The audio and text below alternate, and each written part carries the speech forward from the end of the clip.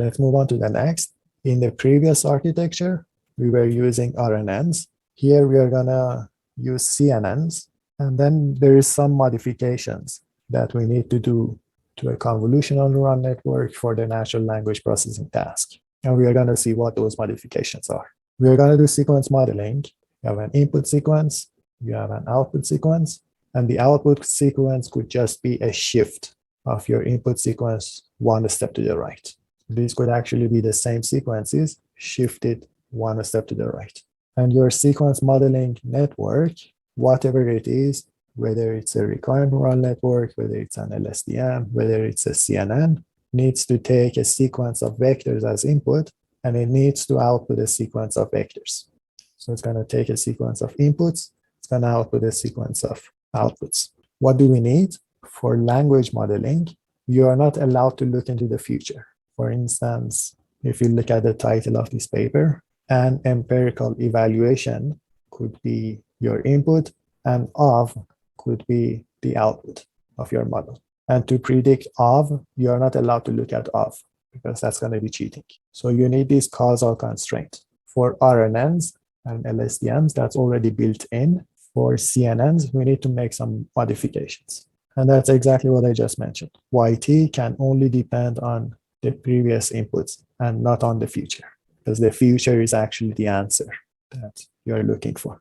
And then you're going to write your loss function, which is going to be the cross entropy loss, which is basically make the next word more likely given the previous ones. We are going to do 1D fully convolutional neural network. Whenever that's necessary, we are going to do zero padding. Maybe at some portion, maybe if you're predicting and you don't have anything before it, so you just zero pad.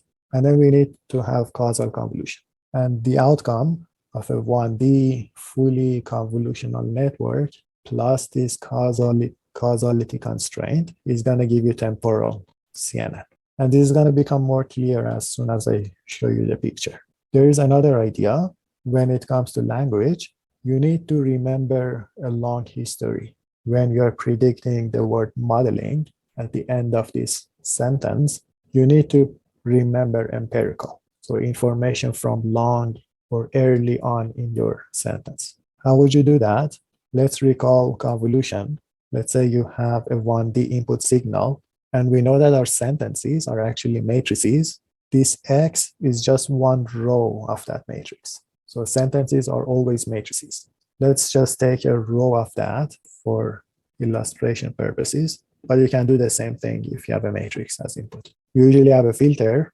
The filter size is K. For your convolution, you want to know the value of the convolved signal with this kernel at a particular location.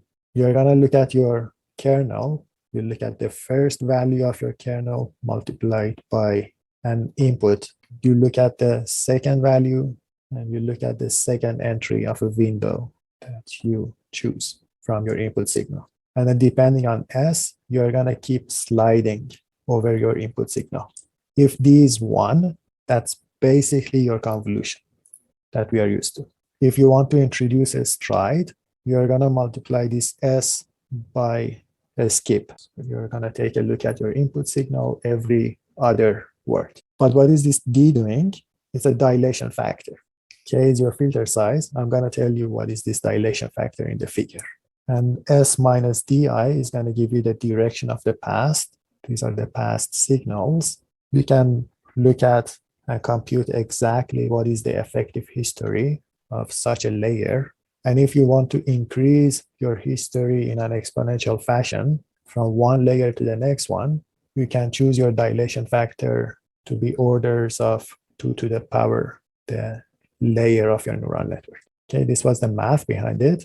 Intuitively speaking, this is what is happening. First of all, what is the causal constraint? You have your input. You are not allowed to look into the future. So you're always going to look at the previous, perhaps 3 time steps. And 3 is coming from the kernel size. If D is 1, that's just a regular convolution. If we go from one layer to the next one, we said we are going to work with 2 to the power the layer. In this case, the layer is going to be 1. So our dilation is going to be 2. You are going to be looking at your input signal to this layer every other, you can say every other word or every other entry. And still you are looking into the past. Now let's see, while predicting this word or this portion of the hidden layer, what are you actually looking at? You're definitely looking at these 3 entries. Then you're going to look at these 3 other entries. So it's going to give you 6 entries that you're looking at. And then through this other guy, you're looking at 9 previous entries. And that's why this 2 to the power I is an effective framework, because it's going to enable you to look at far into the past. You are not going to get that with a dilation of 1. And things are going to become even more interesting as you go 1 layer up. And this is the way that you're modeling very long history using dilation convolution or dilated convolutions. And like any other architecture, we're going to introduce residual blocks, because if the network, for some reason, through training, decides that it needs to go through the shortcut and avoid all of these parameters getting multiplied together, it has the flexibility to do so. And this way, the depth of your neural network is sort of adaptive. That's why residual blocks are important.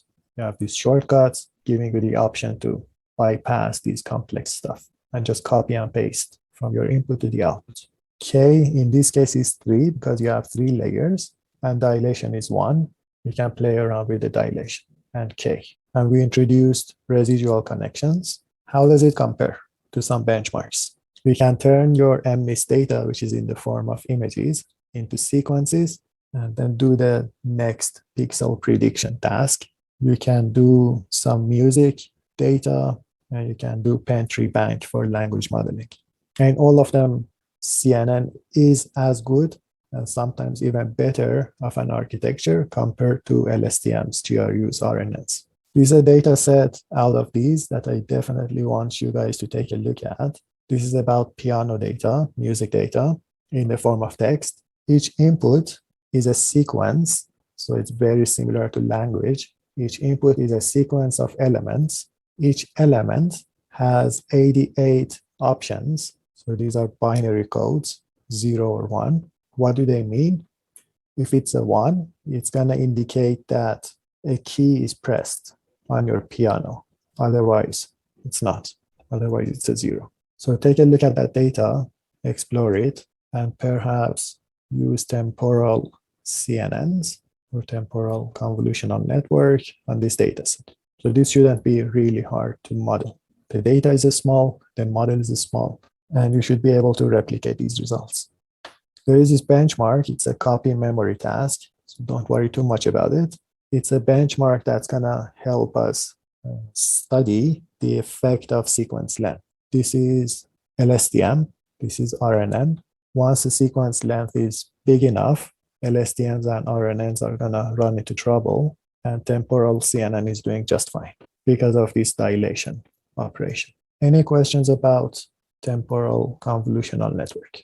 Was everything clear? Okay, perfect.